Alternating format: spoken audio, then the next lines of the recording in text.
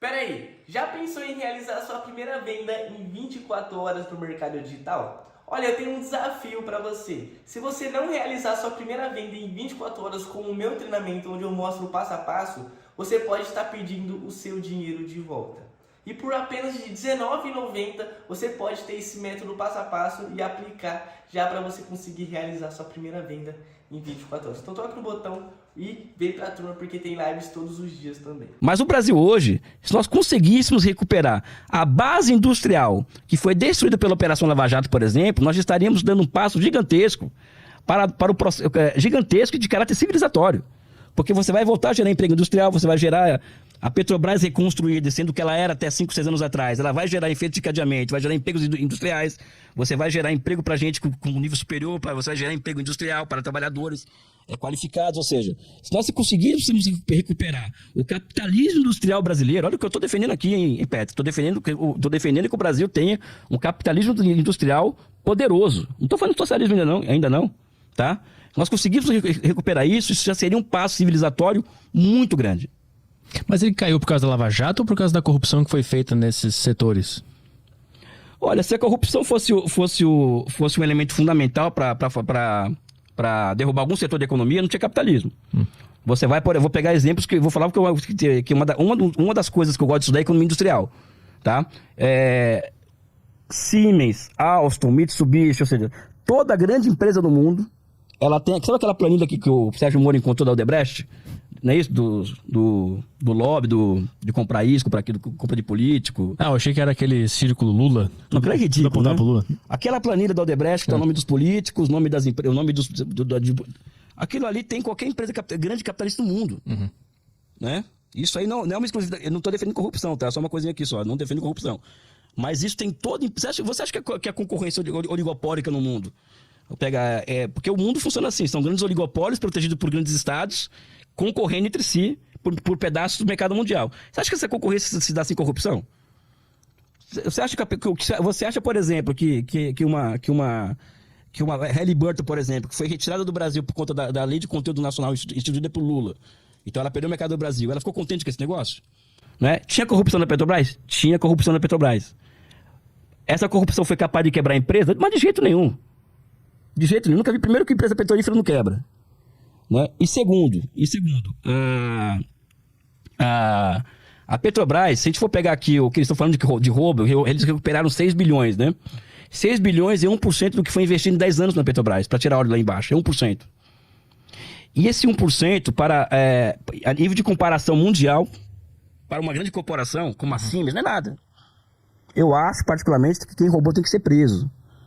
Tá? Mas como eu não sou candidato a nada, eu sou analista do capitalismo, né? Esse dinheiro que falaram que recuperaram da Petrobras, perto do que ela investiu, perto do que ela entrega para a sociedade, e perto do que ela foi até o governo Lula e Dilma, que foi uma das maiores companhias do mundo, é quase nada. Uhum. Isso implica que eu tenho que absorver? Não, eu tenho que prender que roubou esse dinheiro. Você está dizendo que não é o suficiente para quebrar uma empresa? Não quebra. Uhum. O que quebrou a Petrobras foi a Operação Lava Jato. O que quebrou a indústria nacional, ou seja, a engenharia nacional, foi a Operação Lava Jato. Por quê? Ela impediu que continuasse... Vou te dar um exemplo aqui muito claro, para sair da teoria. No Rio tem um Compeg, que é um complexo petroquímico que ia ajudar a libertar o Brasil da dependência de importação de gasolina, por exemplo. Né? E ia gerar milhares de empregos industriais. Né? O Sérgio Moro e outros desses caras que, na minha opinião, teriam que estar passando por um processo penal, inclusive, e estariam passando nos Estados Unidos, se ele fizesse o que fizesse aqui, fizesse lá, eles chegaram a seguinte conclusão. As empresas brasileiras têm uma característica, né, porque é um papo do Dallagnol falar o tempo inteiro isso, né, que é herança portuguesa, somos corruptos e tal. O Dallagnol fala isso, né? É um cara tão a falta de cultura dessas pessoas é uma coisa impressionante, né? Que o problema do Brasil é que nós somos colonizados por portugueses que são corruptos por natureza. Então nós temos que importar o modelo americano, que é mais limpinho, né? Então eles chegaram à conclusão de que as empresas brasileiras eram corruptas. Então o que eles fizeram? Eles proibiram as empresas brasileiras de participar de licitação do Compeg, por exemplo.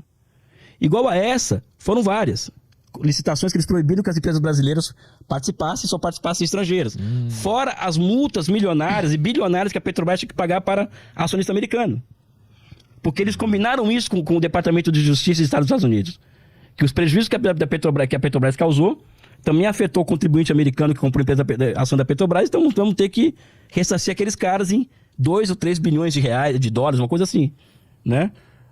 Esse é o exemplo. O outro exemplo, por exemplo, a Odebrecht, por exemplo, que estava caminhando para ser a Samsung brasileira. Por que a Samsung brasileira? Porque a Samsung hoje ela é uma empresa que corresponde a 25% das exportações coreanas, por exemplo. Então a Odebrecht estava crescendo a um patamar em que estava se transformando em uma Samsung brasileira. E ela estava ganhando o mercado na América Latina inteira e ganhando obras em todo lugar do mundo contra as empresas americanas. Né? Então, os Estados Unidos ele treinam uma série de agentes do mundo inteiro, especializados em combate à corrupção, por exemplo, no Brasil, o Sérgio Moro é um deles, e eles percebem, por exemplo, que o governo Lula tinha uma relação como qualquer governo teria, de unha e carne com essas empresas capitalistas brasileiras, né? Tanto é que o Lula e o governo dele, corretamente, como qualquer governo nacionalista que se preze fazer, eram propagandistas das empresas brasileiras do exterior, né? Então o Odebrecht, por exemplo, passou a fazer obra no Peru, fez o metrô de Caracas, tinha obra em Angola, na África, ou seja, passou a ser uma player global. É que isso é muito criticado, né? Essa atitude dessas obras fora do Brasil. Isso é muito criticado. Eu vejo o pessoal criticar muito. Isso foi um acerto na tua visão. É bom fazer isso? Não, Pedro, você é arrogante. Desculpa, que eu não trabalho com bom ou ruim. Eu trabalho com a forma como o capitalismo funciona. É que você me deu uma visão diferente agora do que eu tô acostumado a ouvir, entendeu? É um acerto não. É corretíssimo isso. Ou se faz isso, ou um capitalismo faz isso, ou ele morre, enquanto experiência. Grande capitalismo. Então, se você for criar uma empresa como o Odebrecht, por exemplo, como você criou durante 50 anos, uma engenharia mecânica pesada, poderosa, né? Você vai ter que necessariamente partir para a concorrência global para a sua própria sobrevivência.